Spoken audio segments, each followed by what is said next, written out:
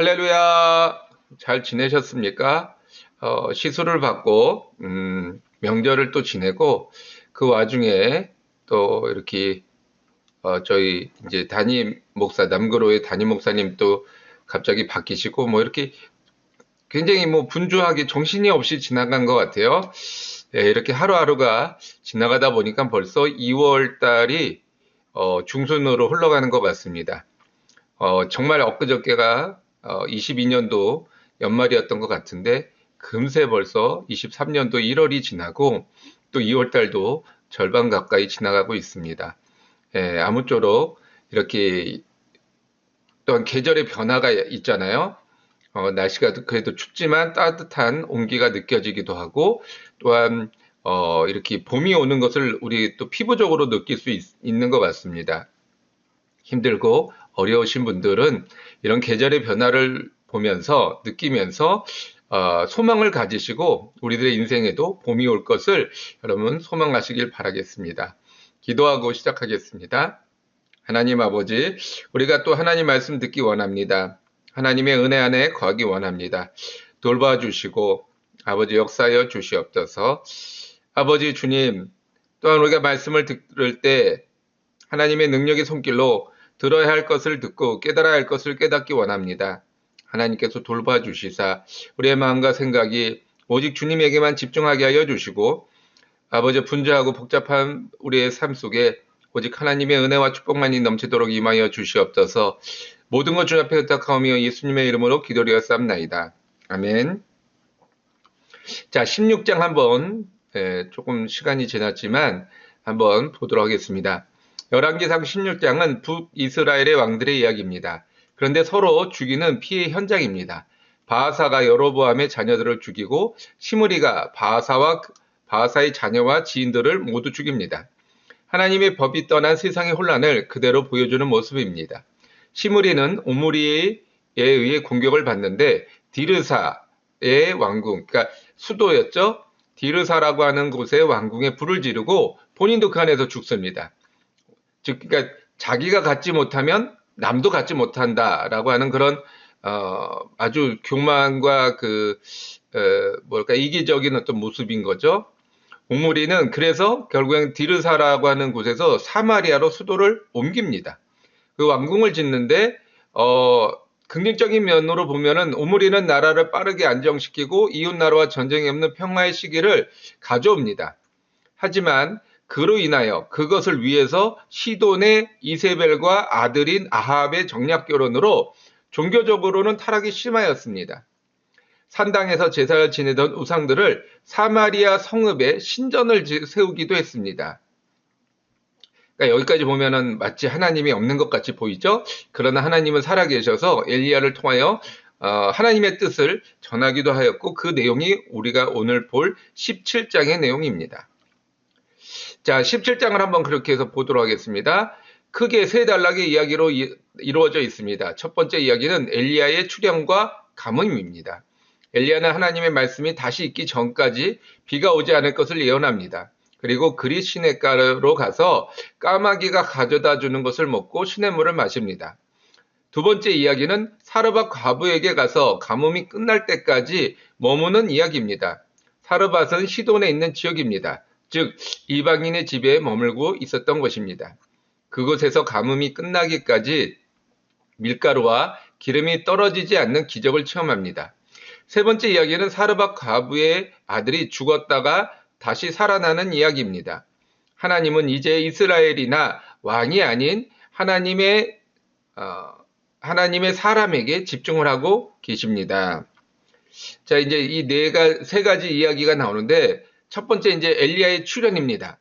그리고 엘리야가 하나님의 뜻을 받들어서 이제 가뭄이 올 것을 전하고 그 다음에 그는 이제 그리 시냇가에 숨어 지내다가 그 다음에 다시 시돈의 사르밧이라고 하는 지역에 사는 과부의 집에 찾아가서 그곳에서 머물게 됩니다.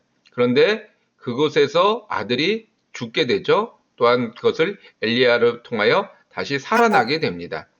이것이 하나님의 어떤 섭리 또한 뜻이 이 안에 있음을 우리는 보게 되는 것이죠. 17장의 주요한 내용은 하나님의 시점의 변화입니다. 하나님은 창세기에서 아담에게 집중하였습니다. 그때는 뭐 아담밖에 없었으니까요.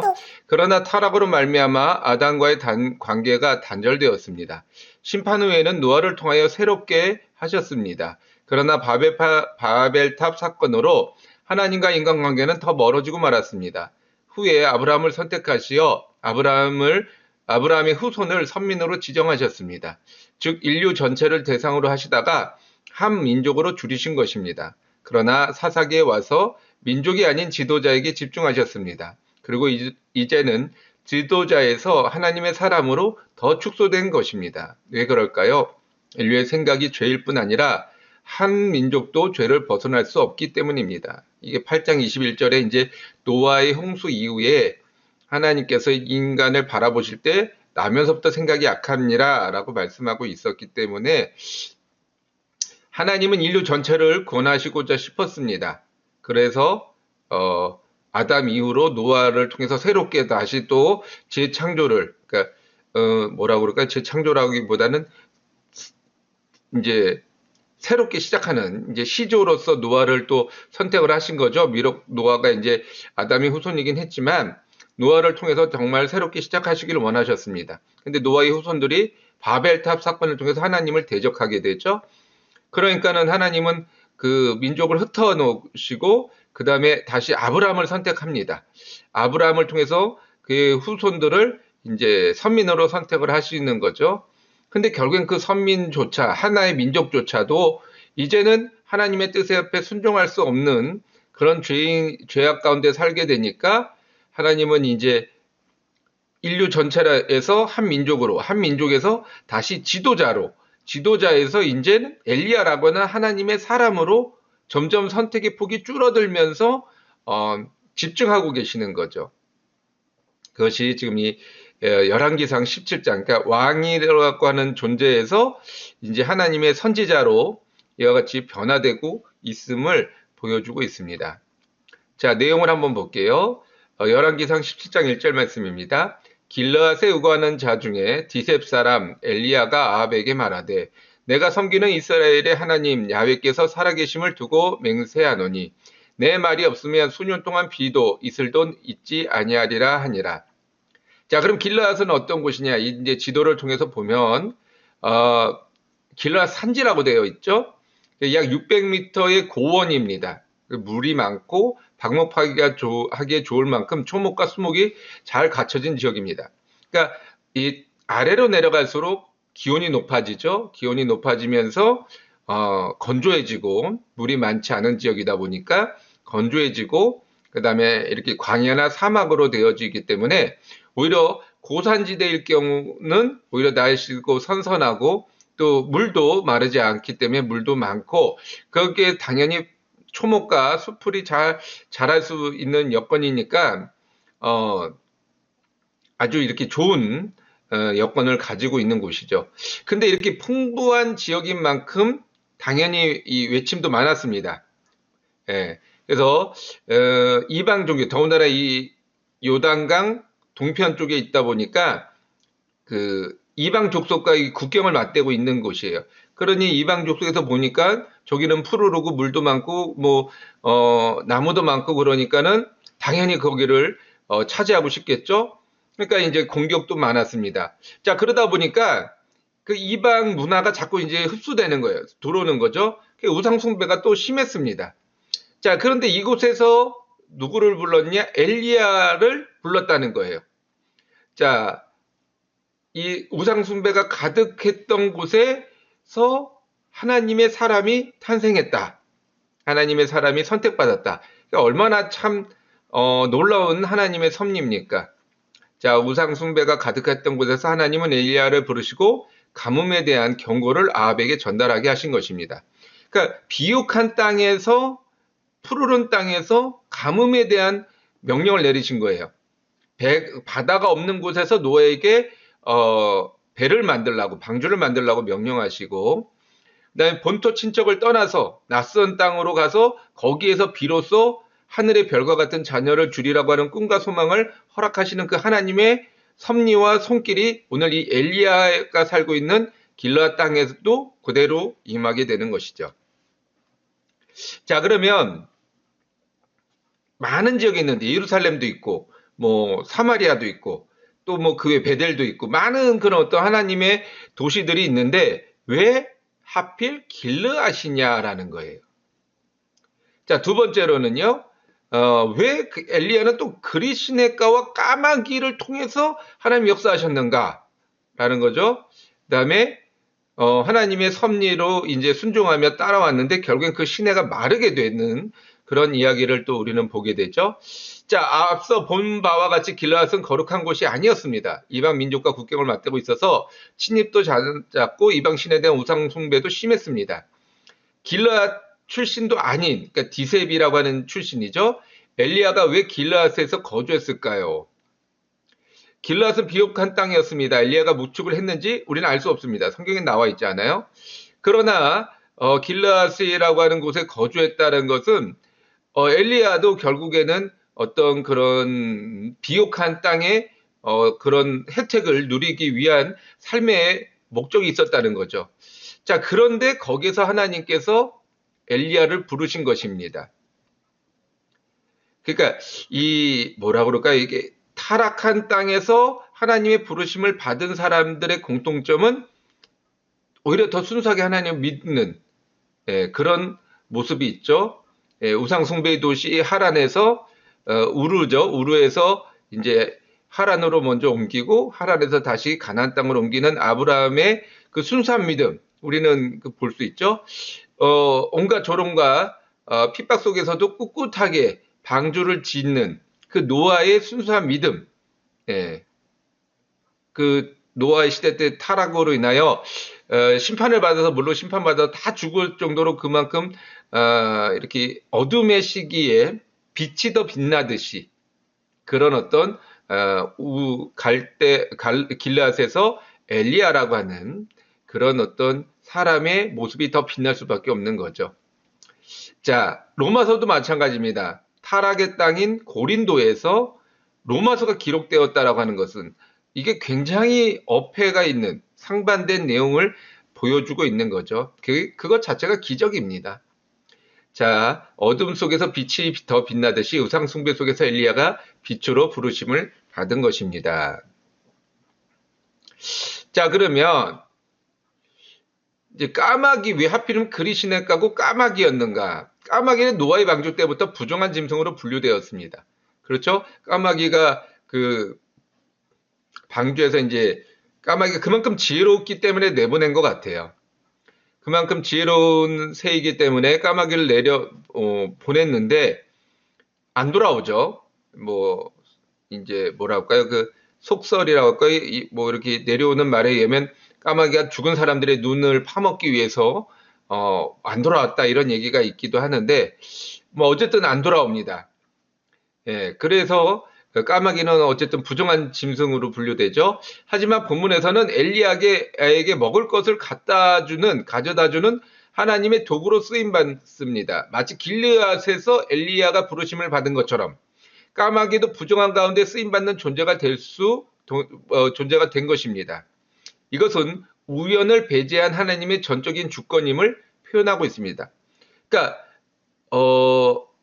이런 만약에 뭐 비둘기나 또 뭐라고 할까요? 좀 이렇게 거룩한 그런 새들을 통해서 만약에 이렇게 먹을 것을 가져다 주었다고 한다면 뭐 그것도 뭐 하나님의 전적인 은혜가 되겠죠. 근데 까마귀는 욕심이 많은 짐승 중에 하나고요. 또 자기밖에 모르는 그런 짐승입니다. 근데 그런 까마귀가 엘리야를 위해서 먹을 걸 갖다 준다. 이게 또 어떻게 보면은 우리가 쉽게 이해할 수 없는 전적인 정말 하나님의 은혜와 축복임을 알게 되는 거죠. 또 한 가지 생각해 본다면 물론 뭐 독수리나 이런 짐승들도 있겠지만은 까마귀는 작은 새에 속하지 않습니다. 큰 새에 속하는 거죠. 만약에 참새가 뭐 먹을 것을 갖다 주었다. 그러면 얼마나 그 양이 되겠습니까? 한 마리 가지고는 택도 없을 것 같아요. 엘리야가 먹기 위해는. 근데 까마귀가 큰 어떤 새가 물어다 주는 그런 음식을 통해서 먹을 수 있는 그런 부피의 음식을 나를 수 있는 짐승이 까마귀였던 거죠. 예. 이해가 되시죠? 이 어떤 까마귀라고 하는 존재 자체도 전적인 하나님의 은혜지만 그 새의 크기 또한 하나님의 은혜임을 우리는 알 수 있는 거죠. 자, 그리 시냇가는 골짜기라는 의미입니다. 아마 좁은 골짜기에 작은 시냇물이 흘러서 그렇게 이름을 지은 것 같습니다. 그러니까 그릿이라고 하는 말이 골짜기라는 말이에요. 또 하나는 분리, 단절이라는 얘기죠. 자, 골짜기란 말은 이렇게 얕은 물이 아니라 이렇게 깊이 들어가는 것을 말하죠. 그러니까 당연히 이쪽과 이쪽, 예, 이쪽이 분리될 수밖에 없어요. 깊은 골짜기니까 이걸 뛰어넘을 수가 없는 깊은 골짜기인 거죠. 또 깊은 골짜기니까 숨기에는 더 좋은 거예요. 자, 생각을 해보세요. 아합이 엘리야를 그렇게 말을 듣고 정말 실제적으로 가뭄이 일어났을 때 엘리야를 잡으려 하지 않겠습니까? 사울이 다윗을 잡기 위해서 그렇게 온 이스라엘을 헤집어 놓으니까 다윗이 더 이상 이스라엘 땅에 머물 곳이 없었던 거예요. 그런 것처럼 이 그릿이라고 하는 시냇가는 깊은 골짜기에 있는 곳이기 때문에 이쪽과 이쪽을 분리하고 단절시키지만 또한 이게 의미로 보면 그 아래 숨어 있는 엘리야에게 당시에 그런 아합과의 분리, 단절, 그러니까 세상과의 분리와 단절을 이야기하고 있는 것이죠. 또한 길르앗이라고 하는 풍부한 그 수량 때문에 가뭄에도 시내가 마르지 않는 이유가 되기도 하는 것입니다. 왜 그리 시내가에 숨었는가? 길르앗 지역의 그런 풍부한 수량 때문에 거기에 숨어 있었다라고 하는 거죠. 자,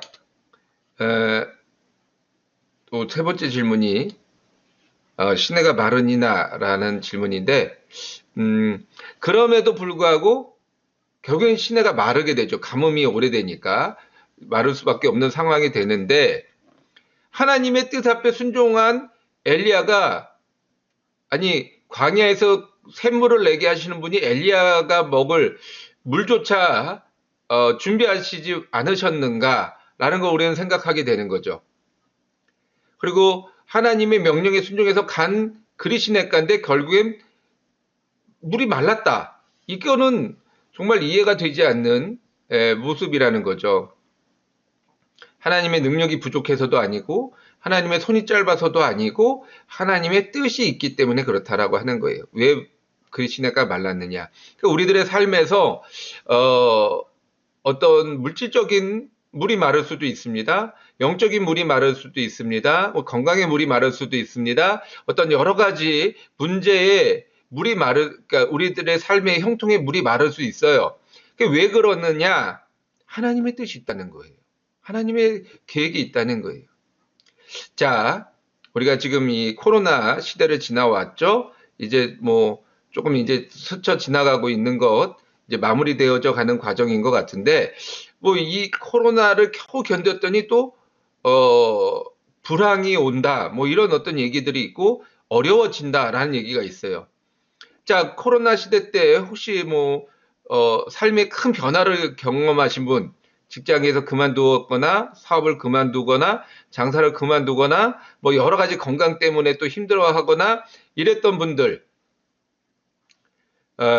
여러분 하나님의 뜻이 있음을 잊지 마시기 바라겠습니다. 또 그런 어떤 어려움 속에서 내가 고난을 당할 때, 이 가뭄으로 인해서 그리시냇물이 마르는 그런 고난을 당할 때 변화의 과정이 있다는 거죠. 변화하시기 원하는 하나님의 뜻이 있다는 거예요. 그러니까 엘리야가 그리시네가에 이스라엘 땅에 머물 수 없었기 때문에 결국에는 어디로 가요? 시돈이라고 하는 지역의 사르밧의 과부의 집으로 가게 되는 거죠. 이제 이게 다음 내용인데 그런 어떤 하나님의 뜻과 계획이 있는 거예요. 그러니까 우리들의 삶의 변화가 있을 수 있다는 거죠. 열왕기상 17장 12절 말씀 보겠습니다. 그가 이르되 당신의 하나님 여호와께서 살아계심을 두고 맹세하노니 나는 떡이 없고 다만 통에 가루 한 움큼과 병에 기름 조금뿐이라. 내가 나뭇가지 둘을 주어다가 나와 내 아들을 위하여 음식을 만들어 먹고 그 후에는 죽으리라. 자, 그리시네가의 물이 마르자 하나님은 엘리야를 시돈의 사르밧 지역의 과부에게 가라고 명령합니다. 그리고 사르밧 지역의 과부를 만나 떡 한 조각과 물 한 그릇을 요구합니다. 그러나 과부의 집에는 가루 한 움큼과 기름 조금만 있을 뿐이었습니다. 그것을 가져다가 엘리야에게 떡을 만들어 주었을 때 가뭄이 끝날 때까지 가루와 기름이 줄어들지 않았습니다. 이 이야기의 핵심은 무엇일까요? 선지자를 대접했더니 축복을 받았다가 아닙니다. 하나님의 명령에 대한 순종입니다. 자, 이 사르밧의 과부가 어떤 신앙을 갖고 있었는지, 어떤 삶의 어려움이 있었는지 우리는 다 알 수 없습니다. 그러나 하나님이 보시기에 그 사르밧 과부에게 은혜를 베푸시기 원하셨다는 거예요. 그리고 그 도구로 엘리야를 쓰신 거죠. 자, 그런데 엘리야가 가서 어려운 부탁을 합니다. 자, 물 한 그릇을 다오라고 하는 거는 이해가 돼요. 왜냐하면 그 당시에 물 한 그릇, 물론 가뭄의 때 물 한 그릇을 준다는 건 쉽지 않은 일이지만, 나그네를 잘 대접하는 것이 당시에, 그런 사람들의 의무감처럼 느껴졌기 때문에 거기까지는 가능한 겁니다. 있는 걸 주는 거니까요. 근데 엘리야가 떡 하나를 달라고 그래요. 이게 참, 그 과부 입장에서 보면 기가 막힌 거죠. 물에서 건졌더니 가방 보따리 내놓으라는 식으로 나오는 거니까 또 그 과부가 나는 떡이 없고 밀가루 한 움큼, 그러니까 한 움큼이면 떡 한 조각 만드는 거죠. 기름 조금밖에 없다. 이걸로 이제 내 먹고 떡 한 조각 만들어서 먹고 죽을 거다라고 했는데도 달라는 거예요. 근데 또 사르밧 과부는 그 말에 또 순종을 합니다. 뭐 어차피 먹고 주구나, 뭐 그냥 뭐 대접하고 주구나라는 거죠. 근데 그 할 수 없는 그 순종으로 인하여 결국엔 하나님의 축복을 받아 누리게 되는 거죠. 자, 우리가 앞서서 무슨 말씀을 드렸어요? 여러 가뭄에 대해서 얘기했죠. 물이 마르는 어떤 가뭄, 하나님이 뭐 엘리 하나 먹일 능력이 없어서 그리 시냇가를 마르게 하신 것이 아니라 이 사르밧 과부를 복주시기 위해서 엘리야를 그쪽에 물을 마르게 하신 거예요. 그 우리의 삶의 변화가 있을 수 있다는 거죠. 자, 그러나 그 안에는 계산이 아닌 순종이 선행되어야 한다라고 하는 것입니다. 뭐 일로 가면은 뭐 잘 될까, 절로 가면 잘 될까, 소돔과 고모라로 간 롯이 결국에는 망하는 것처럼 인간의 눈으로 보고 판단하다가는 결국에는 우리가 잘못된 선택이나 망하는 길로 갈 수 있다는 거죠. 그래서 하나님 앞에 순종하는 마음으로 나갈 때 하나님의 축복을 받아 누리게 되는 것입니다. 자, 왜 이방 땅 시돈의 사르밧 과부인가? 내게 음식을 주게 하였느니라. 그러니까 하나님의 명령이에요. 너에게 음식을 주라고 명령을 했다는 거예요. 그런데 라고 하는 거죠. 자, 세 번째는 하나님의 명령과 현실의 차이점에 대해서 한번 보도록 하겠습니다. 하나님은 엘리야가 시돈 땅으로 가라고 명령하셨습니다. 시돈은 이방인의 땅으로 이방인과 거주하면서 같이 먹는 것은 유대교에서 절대 금지하는 사항입니다. 하나님의 뜻이 어디에 있을까요? 자, 물론 이 엘리야 때는 유대교라고 하는 종교가 확립되어 있지 않습니다. 유대인만 있을 뿐이에요. 자, 그런데 어쨌든 선민의식을 가지고 있는 유대인들이 지옥의 땔감과 같은 그런 이방인들과 같이 어울려 지낸다는 것은 올바르지 않아요. 하나님의 명령에도 맞지 않아요. 그런데도 불구하고 굳이 이스라엘 땅이 아닌, 이스라엘 사람이 아닌 이방 땅의 이방 여인에게, 과부에게 하나님이 가라고 하신 뜻이 어디에 있을까? 자, 엘리야는 이스라엘 땅에 머물러 있기 쉽지 않았습니다. 어려웠죠. 다윗도 사울에게 쫓길 때 적국인 블레셋으로 도망치지 않았습니까? 가뭄은 아합뿐만 아니라 전 국민에게 고통이 임하는 것입니다. 그리고 사르밧 과부는 12절에 당신의 하나님 야훼께 살아계심을 두고라고 표현을 하고 있습니다. 즉 과부는 하나님을 알고 있었던 사람이죠. 그러니까 이 엘리야라고 하는 유대인이 믿는 하나님이란 걸 알고 있었어요. 물론 뭐 하나님의 존재를 알았다는 것이 꼭 믿었다라는 표현은 아닙니다.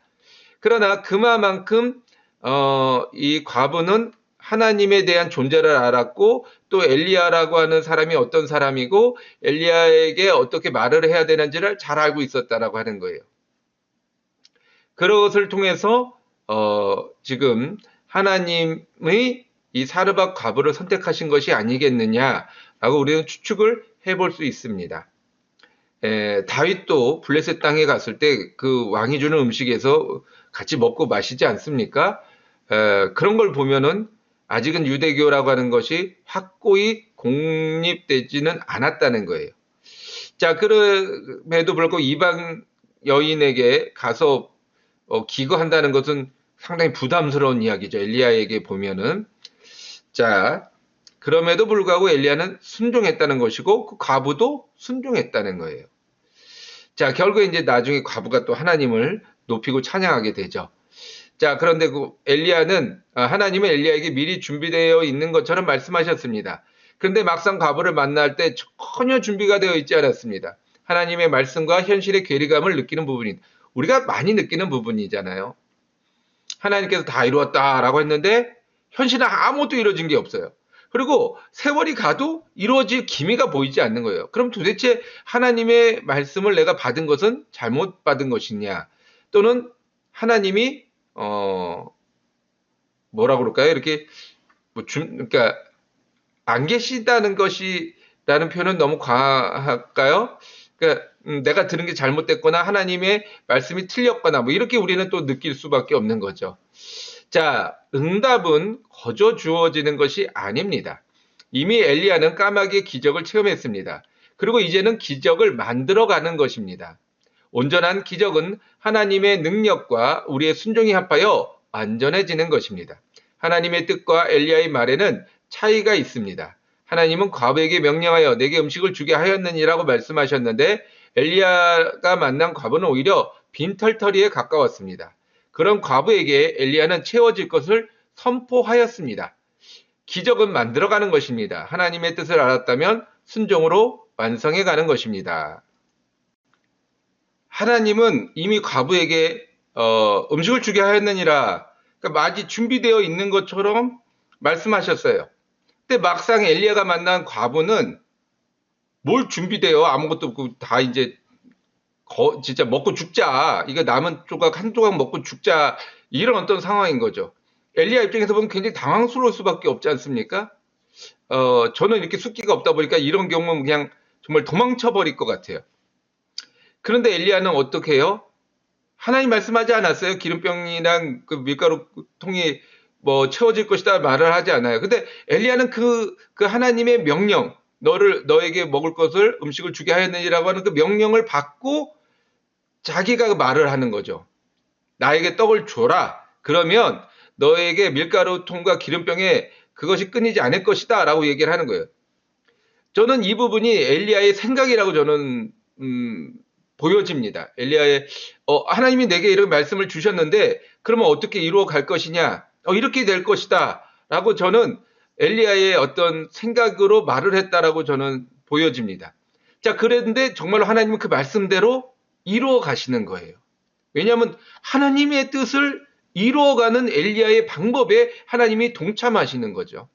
그러니까는 이걸 본다면 하나님의 기적은 전적으로 하나님이 이루어져 가시는 부분도 있지만 이미 그리시네가와 까마귀를 통해서 하나님의 전적인 그 기적을 체험을 했지 않았습니까? 그리고 난 다음에 순종함으로 만들어가는 거예요.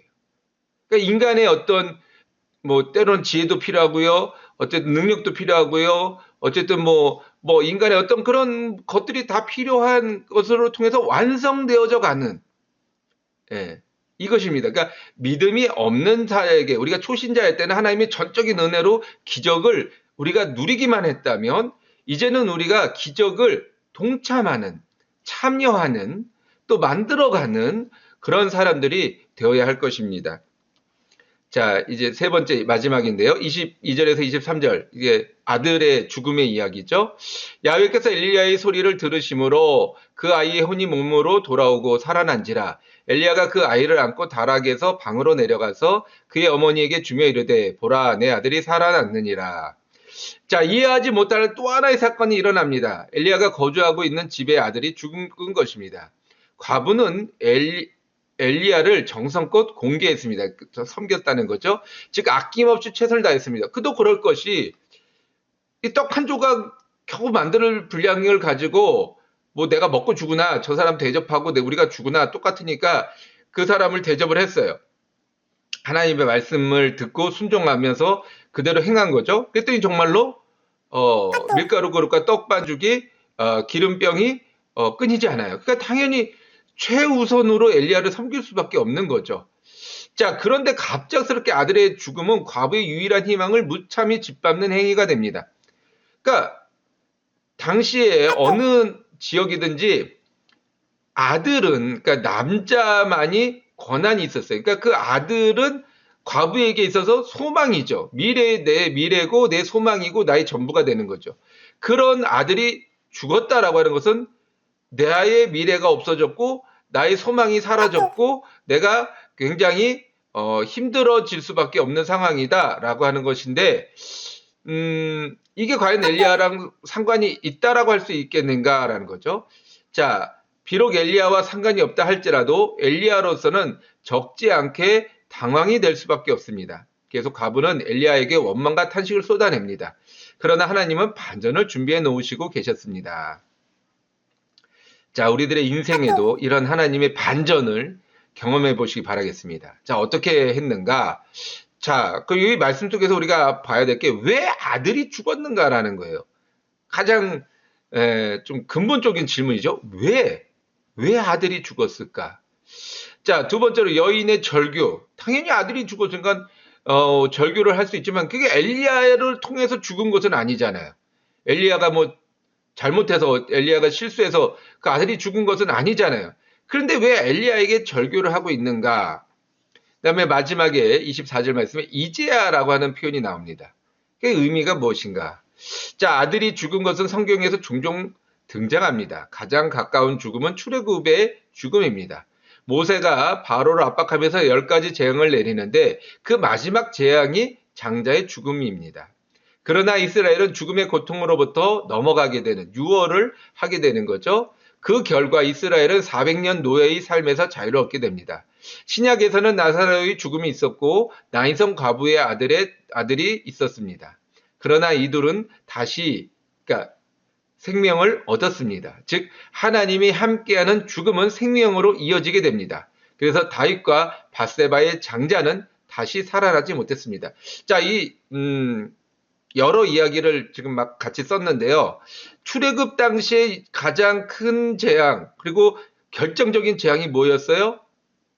장자의 죽음. 그래서 바로의 장자도 죽음을 당하게 되었죠. 그것으로 인해서 이제 출애굽 자유인의 삶을 살게 되었습니다. 자, 이 이야기는 뒤에 또 계속할게요. 자, 신약에서는 나사로가 죽었다 살아났고 나인성 과부가 죽었다 살아났고 이렇게 하나님이 함께하는 죽음 속에는 하나님의 생명을 얻게 되는 거죠. 그러나 이들도 결국엔 다 죽습니다. 진정 영원한 생명은 언제 받느냐? 우리가 육신적으로 죽을 때 영적인 새 몸을 받아서 살아날 때, 그러니까 이 땅이 아닌 천국에서 살아날 때 영원한 생명을 얻는 거죠. 하나님은 우리에게 생명 주시기를 원하시는 거예요. 영원한 생명을. 다시 죽지 않는 영원한 생명을. 자, 다윗의 믿음이 얼마나 대단했습니까? 근데 그 죄악으로 태어난 밧세바의 장자는 결국엔 다시 살아나지 못하지 않습니까? 다윗의 믿음만 본다면 당연히 살아난다라고 날 수밖에 없다라고 우리는 이해하겠지만 결국에 하나님이 원치 않는 그런 죄악으로 인한 것은 살아나지 못하는 것을 우리는 또 보게 되는 거죠. 자, 그렇게 본다면 아들의 죽음은 사망이 아니라 생명으로 이어지는 과정임을 알 수 있습니다. 그러니까 우리 믿는 자들의 죽음이 이 땅에서 볼 땐 죽음이지만 우리가 믿음 안에서 본다면 생명으로 이어지는 하나의 과정일 뿐이라는 거예요. 자, 어머니의 절규는 노예 삶 속에서 하나님께 부르짖는 기도요. 나사로의 누이들이 예수님께 향한 기도가 되는 것입니다. 자, 그래서 여인도 자신의 죄를 생각나게 하려고 아들을 죽게 했다라고 절규하는 것입니다. 그러니까 아들이 죽음에 대해서 여인이 무엇을 얘기했냐? 내 죄로 인해서 그러니까 죽었다라고 말을 하는 거예요. 물론 이제 이 표현을 이걸 있는 그대로 이해해야 되는가? 아니면 그냥 관용어적인 표현인가? 아니면 결국엔 당신 엘리야라고 하는 하나님의 선지자가 거룩한 사람이 내게 옴으로 인해서 내 죄가 드러나는 거죠. 빛이 임하면 어둠 속에 있던 사람의 모습이 드러나는 것처럼 내 죄가 드러나게 되고 그 죄로 말미암아 내 아들이 죽게 되었느냐라고 이제 이렇게 절규하는 거죠. 참 답답한 삶 이야기가 아니죠. 자, 이 노예의 삶 속에서 하나님 앞에 절규함으로 인해서 구원을 받았어요. 자유인이 되었어요. 나사로의 누이가 예수님을 향해서 절규하며 기도했습니다. 그래서 나사로가 살아났어요. 그들이 됐습니다. 그렇다고 해서 끝났을까요? 아니죠. 이스라엘은 출애굽한 이후에 그 자유인이 되었지만 물이 없고 먹을 것이 없다고 하나님 앞에 다시 원망하고 불평하죠. 자, 나사로도 이제 다시 살아남으로 인해서 많은 사람들에게 예수님의 어떤 증인의 역할을 감당하게 됩니다. 근데 예수님 십자가에 못 박혀 죽게 되자 나사로도 그러니까 예수님 십자가에 못 박으려고 죽이려고 하는 사람들은 나사로까지 죽이려고 하게 되죠. 그래서 결국엔 예수님이 십자가에 못 박혀 죽고 난 다음에 나사로가 도망갔다. 뭐 이런 얘기가 있습니다. 이건 뭐 성경에 없는 이야기니까 정확한지는 알 수 없습니다만은 어쨌든 그 뒤로 나사로 이야기가 나오지 않는 걸 보면 나사로가 정말 도망간 게 아니겠는가라고 이해할 수 있습니다. 그러니까 이 땅에서의 다시 살아나는 것은 완전할 수가 없다는 거예요. 이 여인도 지금 어차피 죽을 수밖에 없는 존재였잖아요. 그러니까 떡 하나 먹고 죽겠다라고 얘기했잖아요. 근데 지금까지 살아올 수 있었던 것은 전적인 엘리야의 은혜의 덕분인데, 그러니까 하나님의 은혜의 덕분인데, 지금 엘리야를 향해서 원망불평하는, 출애굽한 이스라엘이 원망불평하는 것과 같이 이렇게 원망불평하고 있다라고 하는 거예요. 우리들의 삶도 그렇지 않습니까? 우리가 예수님을 알지 못했다고 한다면 우리들의 삶이, 제가 이제 가끔 쓰는 표현인데, 아니 그러면 내가 하나님 떠나 살았으면 지금보다 더 잘 살았겠느냐라는 거예요. 뭐 이렇게 힘들다고 어렵다고 하나님 앞에 원망불평하시는 분들 보면, 그러면 내가 하나님 안 믿고 하나님 안 섬기고 살았으면 지금보다 더 잘 살았느냐? 아니거든요. 제가 봤을 땐 절대 그렇지 않아요. 오히려 안 좋아만 안 좋아졌지 절대 뭐 더 나아지는 삶이 없어요. 근데 왜 하나님 앞에 원망불평하느냐고요. 하나님이 뭐 잘못했습니까? 하나님이 실수했습니까? 그런데 우리는 하나님 앞에 원망불평하는 이스라엘 사람처럼 사르밧 과부처럼 우리들의 삶의 모습이 그런 모습이 있다는 거예요. 자, 우리의 삶을 돌아보시기 바라겠습니다. 마지막으로 이제야라는 말은 위의 모든 사건의 결말을 이해했다는 의미입니다. 아브라함이 100세 낳은 이삭을 번제로 드릴 때 하나님은 아브라함을 부르시며 내가 이제야 내가 나를 경외하는 줄 알았다라고 창세기 22장 12절에 말씀하셨습니다. 사르밧 과부는 엘리야가 자신에게 온 것도 자신의 아들이 죽었다가 살아난 것도 이제야 이해가 된다는 것입니다. 그것은 자신과 아들을 하나님께 속하였다라고 하는 것입니다. 그러니까 사르밧 과부가 하나님 앞에 뭐 기도해서 엘리야가 거기에 임한 게 아니에요. 그냥 유대인과 유대인들이 믿는 하나님을 알고 있었다는 것뿐이죠. 자, 그런데 왜 하나님은 과부를 선택했는가? 여러 사람들이 있을 텐데 왜 과부를 선택했는가? 과부는 당시로서는 살 수 있는 길이 없어요. 이 가뭄 안에서 견뎌낼 방법이 없습니다. 자, 그래서 그 과부에게 하나님이 기회를 주신 거예요. 근데 그 기회를 말 그대로 과부가 잘 잡은 거죠. 자, 신약에도 보면 마가의 다락방이라고 하는 곳이 나오는데 여기는 마리아라고 하는 그러니까 마가의 어머니 마리아의 집의 다락방이라고 이야기합니다. 근데 예수님이 성만찬, 최후의 성만찬을 하셨던 곳이 바로 이곳인데 그때는 요셉이라고 하는 또 아버지가 나와요. 그러니까 아버지가 있었는데 그 사이 아버지가 죽고 어머니 마리아의 집에 다락방에서 120명의 성도들이 모여서 기도할 때 오순절 성령의 사건이 일어나게 되는 거죠. 자, 이와 같이 또 그다음에 그 에베소에서도 이 자주장사 또 그 여인이 나오죠. 사도 바울의 어떤 그런 철저한 동역자로 살았던, 그러니까 성경 속에서 보면 이렇게 여인이 홀로 돼서 하나님의 사역을 감당하는 모습을 종종 보게 됩니다. 그리고 그들의 삶 속에서 어려움도 있었고 힘들도 있었지만 결국엔 이제야로 끝나는 거죠. 여러분, 우리들의 삶도요, 이제야로 끝나야 됩니다. 내가 하나님의 뜻을 이제야 알았다. 이것도 좋지만 사실 하나님이 우리를 보면서 이제야 내가 너의 믿음을 보았다. 라고 하는 게 더 좋습니다. 그래서 우리는 하나님 앞에 순종할 때 끝까지 순종할 수 있어야 돼요. 이 말이 나올 때까지. 이제야. 예. 여러분, 이런 음성을 듣는, 이런 말씀을 듣는 저도 되기 원하고요. 여러분들도 되시기를 간절히 바라겠습니다. 그래서 결국에는 내가 이방 여인이었지만 난 또한 하나님에 속한 사람이요. 내 아들도 내가 낳은 자식이 아니라 하나님에 속한 자식이었음을 고백하고 있는 것입니다.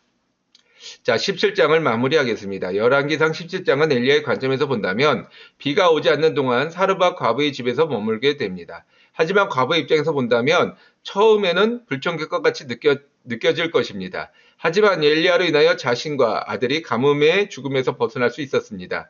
하지만 곧 찾아온 아들의 죽음 앞에서 과부는 좌절할 수밖에 없었습니다. 이것은 마치 노예에서 출애굽을 한 이스라엘의 축소판과 같습니다. 이스라엘도 곧 광야를 만나자 모세와 하나님을 원망하고 말았습니다. 그러나 과부의 아들이 다시 살아났듯이 하나님은 다음 세대를 데리고 가나안 땅을 정복하며 정착하게 살게 하십니다. 우리의 모습은 어느 단계에 있습니까? 원망과 불평을 버리고 인내와 믿음으로 참고 이겨나가야 할 것입니다. 코로나 3년 또 앞으로 있을 또 이 불황의 시기, 여러분 당연히 어려울 수밖에 없죠. 힘들 수밖에 없습니다. 그 가운데 삶에 큰 변화가 있는, 큰 어려움을 겪는 분들도 혹 계실 수도 있습니다. 그러나 여러분 참고 견디시기 바라겠습니다. 이거는 1년을 참으라, 2년을 참아라, 3년을 참으라는 얘기가 아니에요. 언제까지요? 하나님이 나에게 이제야 내가 너의 믿음을 보았다라고 말할 때까지. 평생일 수도 있습니다. 여러분, 그러나 안 참는다고, 내가 늘 말씀드리지만 안 참는다고 해서 뭐 나아지는 게 아니지 않습니까? 안 참아서 더 안 좋아질 바에는 참고 견뎌서 하나님의 인정을 받는 것이 훨씬 더 축복이고 더 좋은 것임을 여러분 기억하셔서 내 입술에, 내 마음에, 내 생각에 사단의 음성에 속지 아니하시는 여러분들 되시기를 간절히 바라겠습니다. 하나님의 평강과 은혜가 가득하시기를 기도합니다.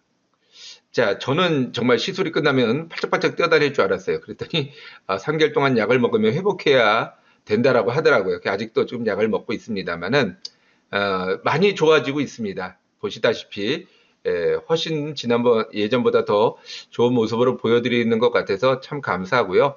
하지만 3개월 동안 또 완전 완쾌가 될 때까지는 아직 제가 이렇게 무리해서는 안 되는 상황인지라 또 이렇게 여러 가지 지금 상황이 담임 목사님도 새로 오시고 이래가지고 또 여러 가지 고민이 많아요. 제가 이 부분에 대한. 그래서 2월 한 달간을 좀 제가 조금 쉬겠습니다.